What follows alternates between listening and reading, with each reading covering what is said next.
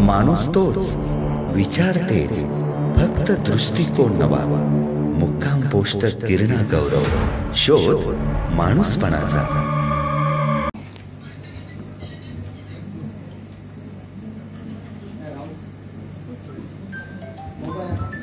आजच्या काळीज माझे या साहित्य संमेलनाच्या निमित्ताने आदरणीय बेंद्रे मॅडम, व्यासपीठावरील चंद्रकांतदादा वानखेडे आणि सर्व मान्यवर, खरं तर आपण सगळे साहित्याचे वारकरी आहोत आणि साहित्याच्या वारकऱ्यांना सलाम करणं ही आपली संस्कृती आहे. कारण निकले हे राही मस्ती में डुबे मंजिल का क्या मिले ना मिले, आपण चालत राहा. आणि म्हणून या सर्व साहित्यिकांसाठी मी या ठिकाणी माझ्या 2 ओळी या ठिकाणी सादर करतो. कधी शेंदूर झालो मी, कधी कापूर झालो मी, कधी शेंदूर झालो मी, कधी कापूर झालो मी.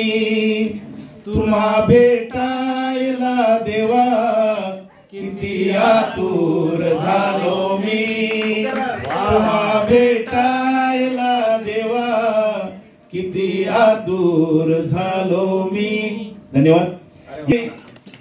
आदरणीय बेंद्रे मॅडमांनी या ठिकाणी हा जो कार्यक्रम या ठिकाणी आयोजित केला, एका महिलेने एक कार्यक्रम आयोजित करणं त्यासाठी खूप मोठी तडजोड करावी लागते. त्याचं भांडवल करण्यासाठी किंवा त्याचं नेटनेटकापणा निर्माण करण्यासाठी खूप अट्टहास करावा लागतो. आणि आपण बोलणं खूप सोपं असतं, परंतु आपण बोलत नाही. आणि म्हणून गणपतवाणी बिडी पिताना नुसती चावायचा काढी आणि म्हणायचं या जागेवर मी बांधीन बाळी.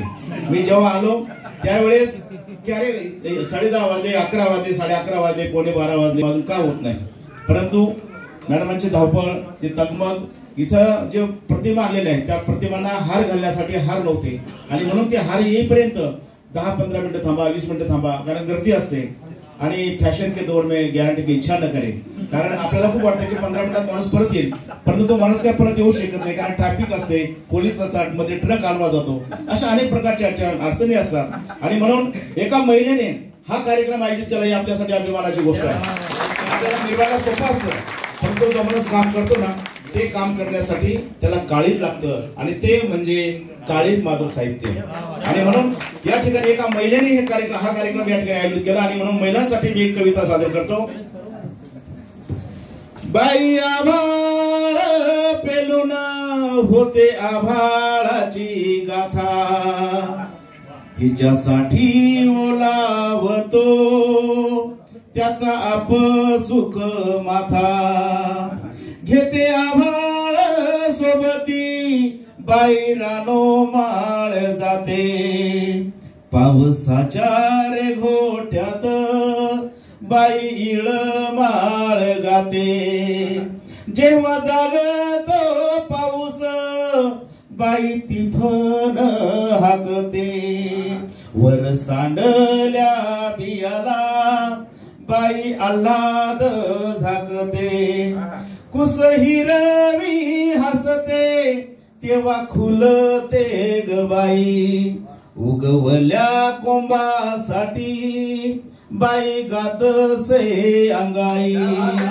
बाई आभाळाची होते बाई मातीची सोबती, तिच्यासाठी उभे पीक जणू नाचरा जोगती. बाई पेरते स्वतःला अन फाडते काळीज, जेव्हा दाटतो काळोख होते आकाशाची वीज. तिच्यासाठी ओलावतो त्याचा आप सुख माथा, त्याचा आप सुख माथा. धन्यवाद.